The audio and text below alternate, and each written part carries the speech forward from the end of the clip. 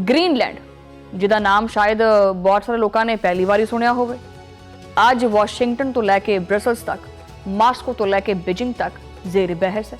ये बारे च गल्लां जिहड़ियां हो रही हैं, वजह की है? अच्छा, अमरीकी सदर डोनाल्ड ट्रंप का वो ऐलान जिन्हें दुनिया नूं बिल्कुल ही हिला के रख दिता, मतलब इंजर पिंजर सारा इकट्ठा हो गया। ट्रंप ने ना सिर्फ ग्रीनलैंड के उत्ते अमरीकी कंट्रोल का खुला इंदिया दिता है, बल्कि पिछन हटन तो भी साफ इनकार कर दिता है। इत्थे तक कि उन्होंने सोशल मीडिया प्लेटफॉर्म के उत्ते ट्रुथ सोशल के उत्ते ग्रीनलैंड दे विच अमरीकी परचम लहराते हुए आपदी AI की तस्वीर भी जारी कर दी है, जिहदे कैप्शन दे विच लिखिया होया है कि जी ग्रीनलैंड 2026 दे विच अमरीका का टुकड़ा है। ये तस्वीर महज एक पोस्ट नहीं सी, बल्कि एक सियासी पैगाम सी, एक ऐसा पैगाम जिन्हें यूरोप दे विच खतरे दीयां घंटियां टन टन बजाणियां शुरू करतीआं, नेटो इतिहाद नूं इम्तिहान दे विच पा दिता। आलमी मैशत के उत्ते जिहड़े मंडलांदे होए जिहड़े बदल सी वो मजीद गहरे हो गए। ट्रंप के ऐलान के नाल ही खबर आईयां कि जी अमरीकी जंगी त्यारे ग्रीनलैंड पहुंचना शुरू हो गए। अगरचे वाशिंगटन ने इनू एक मामूल की फौजी सरगर्मी करार दिता है, लेकिन यूरोपी दारुल हुकूमतां दे विच इनू ताकत के मुजाहरे के तौर पर देखा जा रहा है। हालात उस वेले मजीद कशीदा हो गए जदों सदर ट्रंप ने ग्रीनलैंड के उत्ते अमरीकी कंट्रोल की मुखालफत करते हुए 8 यूरोपी ममालिक के उत्ते 10% टैरिफ लाने की धमकी दी। अच्छा, ये कोई महज सफारती दबाव नहीं सी, बल्कि खुली मौशी जंग सी। दूजे पासे डेनमार्क, जिदे तहत ग्रीनलैंड एक बड़ा ही खुद मुख्तार इलाका है, फौरी हरकत च आया। मीडिया रिपोर्ट्स के मुताबिक रॉयल आर्मी के सरबराह ਉਹਦੇ समेत 58 फौजी मगरबी ग्रीनलैंड के शहर दे विच पहुंचे, जिथे पहले तो 60 के करीब फौजी तैनात सी। अच्छा, ये दस्ते कसीरुल कौमी फौजी मश जिहड़ी है ਉਹਦੇ विच हिस्सा लैंदे पए सी, मगर पैगाम बिल्कुल वाज़े कि डेनमार्क आपदे इलाके दे विच किसी भी दबाव नूं कबूल करन दे विच तैयार नहीं हैगा। यूरोप ने इस सूरत हाल के उत्ते गैर मामूली और सख्त रद्द-अमल दिता है। यूरोपी यूनियन ने सदर ट्रंप की पॉलिसी नूं खतरनाक करार दिता है और यह वाज़ह किया है कि अगर साडे उत्ते दबाव वधाया गया तो रद्द-अमल मुतहद, मजबूत और मुतनासिब होएगा। यूरोपी यूनियन ने अमरीका के खिलाफ तजारती जंग का भी इंदिया देंदे हुए खबरदार किया है कि 93 अरब यूरो के मुमकिन टैरिफ पैकेज के उत्ते गौर करते पे हैं और इहदे नाल पब्लिक टेंडर्स, बैंक सरमायाकारी और सर्विसेज की तजारत को महदूद करने वास्ते सख्त ऑप्शंस भी देखते पे हैं। अच्छा, इसी दौरान रूस और चीन भी मैदान च आ गए। मॉस्को ने वाशिंगटन के उत्ते जिहड़ा उन्होंने तनकीद का निशाना बनाते हुए आख्या कि अगर अमरीका ने ग्रीनलैंड के उत्ते कब्जा या इहदे वर्गा कोई कदम चुकिया तो सदर ट्रंप तारीख दे विच छापे जाणगे, मतलब रकम हो जाएंगे।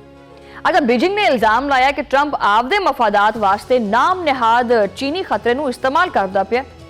यह रद्द-अमल एक ऐसे गैर मामूली टैक्स्ट मैसेज के तौर पर सामने आया है जो ट्रंप ने नॉर्वे के वजीर आजम नूं भेजा सी, जिसकी तफसीलात अगरचे हजे तक मंजरे आम ते नहीं आईयां, लेकिन यूरोपी सफारती हल्कियां दे विच इंतहाई तशवीशनाक जिहड़ी हलचल है वो पैदा हो गई है। ग्रीनलैंड दे विच हालात खामोश नहीं रहे हैगे। हज़ारों लोग जिहड़े ने वो सड़कां दे उत्ते निकल आए ने, अमरीकी कंट्रोल के खिलाफ मुजाहरे होंदे पे ने, बैनर्स चुके हुए ने और एक ही नारा गूंजदा पिया है, साडा मुस्तकबिल साडा फैसला। मुकामी रहनुमावां ने वाज़े अल्फाज दे विच आख्या है कि वो ना अमरीका के कंट्रोल च जाना चाहते हैं और ना ही किसी ताकत के दबाव दे विच आपदे मुस्तकबिल का कोई सौदा करेंगे। यूरोपी दल हुकूमतां दे विच खदशा मजीद बढ़ता जा रहा है कि यह तनाज़ा नेटो इतिहाद वास्ते एक बहुत वड्डा इम्तिहान बन सकता है। यूरोपी नेटो ममालिक ने ग्रीनलैंड और आर्किटेक्ट खिते दे विच मुस्तकिल दफाई मौजूदगी दे विच गौर शुरू कर दिता है। स्वीडन के वजीर दफा के मुताबिक यूरोपी ममालिक इस वक्त इंफ्रास्ट्रक्चर, सिक्योरिटी और फौजी मशकां की जरूरियात का एक तफसीली जायजा जिन्हें लेंदे पे। अच्छा, माहिरीन जिहड़े ने वो खबरदार भी करते पे ने कि अगर ये तनाज़ा मजीद वधिया तो ना सिर्फ अमरीका और यूरोप के ताल्लुकात मुतासर होंगे, बल्कि आलमी सियासत और मैशत के उत्ते भी ये काफ़ी असरात पै सकते हैं।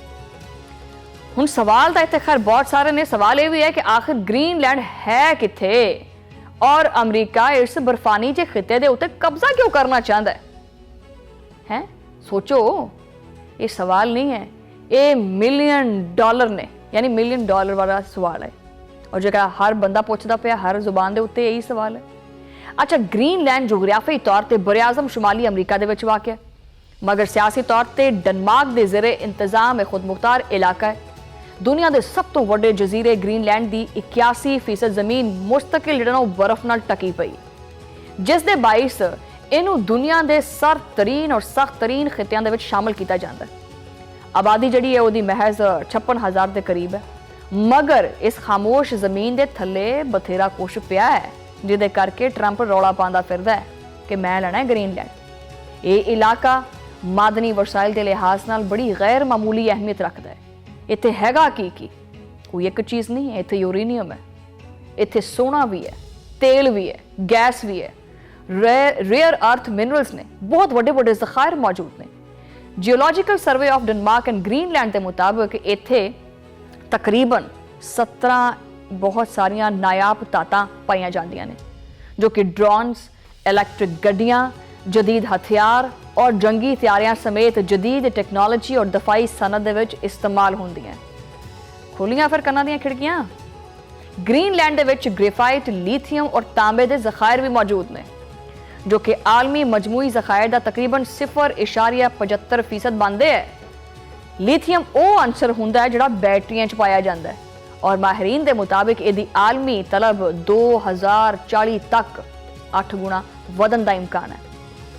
इस वक्त मादनियात की आलमी मार्केट के उत्ते चीन का जिहड़ा ना वो पैर जमिया हुआ। इस तरह के हालात दे विच अमरीका समेत मगरबी मुमालिक ग्रीनलैंड को एक मुतबादिल जरिया समझते पे है, ताकि जिहड़ा चीन है ना सानू इहदे वल ना वेखना पवे। और यही एक बड़ी वाज़े वजह है कि वाशिंगटन दी नज़रां मुसलसल उस बर्फानी जजीरे के उत्ते जमियां हुई हैं। उन्होंने पता है कि भी इत्थे माल बहुत ज़्यादा है। सदर ट्रंप के मुताबिक ग्रीनलैंड अमरीका वास्ते बहुत ही गैर मामूली अहमियत रखता है, क्योंकि ये इलाका रूस और चीन के बहरी जहाज़ों नाल घिरिया हुआ है, और उन्होंने बकौल अमरीकी कौमी सलामती के तहफ़ुज़ वास्ते इस इलाके के उत्ते कंट्रोल नागुज़ीर है। ताहम Denmark Institute for International Studies नाल वाबस्ता बहुत सारे माहिर ये दावा करते हैं और मुबालगा करार देंदे ने कि इन्हां दे मुताबिक अगरचे आर्कीटेक्ट दे विच रूसी और चीनी जहाज़ मौजूद हैं, मगर वो ग्रीनलैंड तो इन्ने दूर ने कि दूरबीन नाल भी नज़र नहीं आते। व्हाइट हाउस ने यह बयान भी वाज़ह किया है कि सदर ट्रंप और उन्होंने टीम ग्रीनलैंड नूं अमरीका का हिस्सा बनाने वास्ते मुख्तलिफ ऑप्शनस के उत्ते गौर करती पई है, जिहदे विच फौजी ऑप्शन भी मौजूद है। और यही वो जुमला है जिन्हें यूरोप नूं सब तो ज़्यादा तशवीश दे विच पाया। France, Germany, Italy, Poland, Spain और बरतानिया समेत कई मुल्कां ने अमरीका के इस मौक़िफ़ नूं सख्ती नाल मुस्तरद किया है। डेनमार्क ने तो खैर इत्थे तक खबरदार किया है कि जी अगर अमरीका ने ग्रीनलैंड कब्जे की कोशिश की तो फिर जिहड़ा ना वो ये नेटो इतिहाद के खात्मे के मुतरादिफ होएगा। और ये पहला मौका नहीं है कि अमरीका ने ग्रीनलैंड के विच दिलचस्पी जाहिर की है। सदर ट्रंप आपदे पहले दौरे सदारत दे विच भी ग्रीनलैंड नूं खरीदण की तजवीज़ पेश कर चुके हैं, और इन्हें पहले दूसरी जंग अजीम तो बाद जर्मनी दे डेनमार्क के उत्ते कब्जे तो बाद अमरीका ने ग्रीनलैंड का दफाई कंट्रोल भी संभाल लिया। दूसरी जंग अजीम के दौरान जर्मनी के डेनमार्क के उत्ते कब्जे तो बाद अमरीका ने ग्रीनलैंड का दफाई कंट्रोल संभाल लिया, जो बाद विच वापस डेनमार्क के हवाले कर दिता गया। अच्छा, 1953 के ग्रीनलैंड नूं डेनमार्क का सूबा बनाया गया, जबकि 2009 दे विच इहनूं खुद मुख्तार एक हैसियत दी गई। अज इत्थे पार्लिमानी जमहूरी निज़ाम नाफिज है। दारुल हुकूमत जिहड़ा इहदा हैगा और दाखिली मामलात जिहड़े ने मुकामी हुकूमतां दे तहत चलदे ने, ताहम दिफा, खारजा पॉलिसी और करंसी हुण भी डेनमार्क के कंट्रोल च है। अमरीका वास्ते जिहड़ा ना वो ग्रीनलैंड की एक स्ट्रैटेजिक अहमियत बड़ी बेपनाह हैगी है। इत्थे एक बहुत सारी स्पेस मौजूद है। अमरीका के मिसाइल डिफेंस और खलाई निगरानी का जिहड़ा निज़ाम है उसका बहुत बड़ा हिस्सा मौजूद है इत्थे। और माहिरीन के मुताबिक अगर रूस तो अमरीका की तरफों कोई बैलिस्टिक मिसाइल फायर किया गया तो यदा बड़ा मुख्तसर तरीन रास्ता ग्रीनलैंड तो होकर लंघदा है। और यही वजह है कि अमरीका का इत्थे आपदा कोई नवा गोल्डन डूम जिहड़ा है वो मिसाइल डिफेंस सिस्टम नस्ब करना जिहड़ा चाहते हो।